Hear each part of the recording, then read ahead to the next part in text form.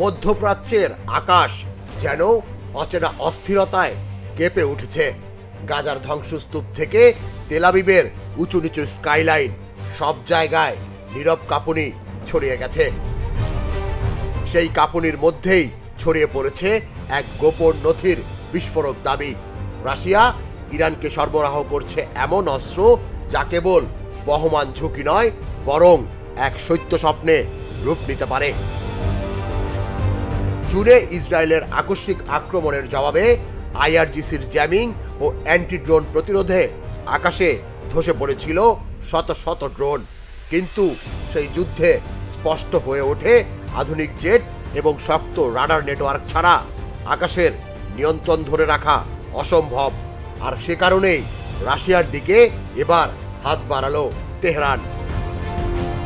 ফাঁস হওয়া নথি বলছে রোস্টেকের রেডিও ইলেকট্রনিক শাখার রপ্তানি তালিকায় গ্রাহক কোড 364 এবং সেখানে লুকিয়ে আছে 6 বিলিয়ন ইউরোর 48টি সু-35 জঙ্গি বিমানের চুক্তি।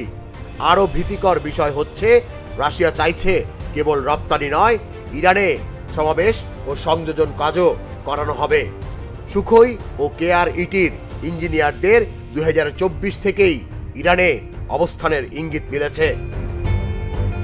2026 থেকে 2028 সালের মধ্যে এসব অত্যাধুনিক ফাইটার জেট ইরানের হাতে পৌঁছানোর কথা রয়েছে।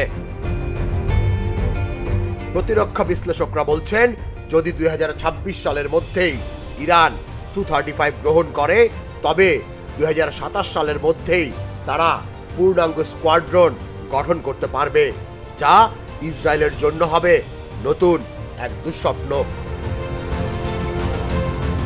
রাতভর টেলিগ্রাম চ্যানেলগুলো আর অনলাইন ফোরামগুলোতে গোপন সূত্রের খণ্ডচিত্র ছড়িয়ে পড়ে।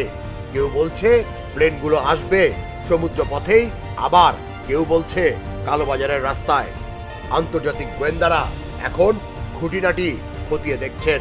তাদের নেয়া প্রতিটি সিদ্ধান্ত ভবিষ্যতের মানচিত্র বদলে দিতে পারে।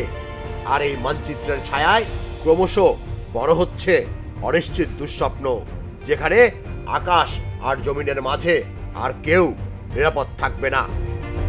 তুষার ইসলাম, জাগো নিউজ। 4 গুণ শক্তিশালী এনজাইম ও অধিক ফেনা সমৃদ্ধ অরিক সিলভার ওয়াশ মাত্র 70 টাকায়।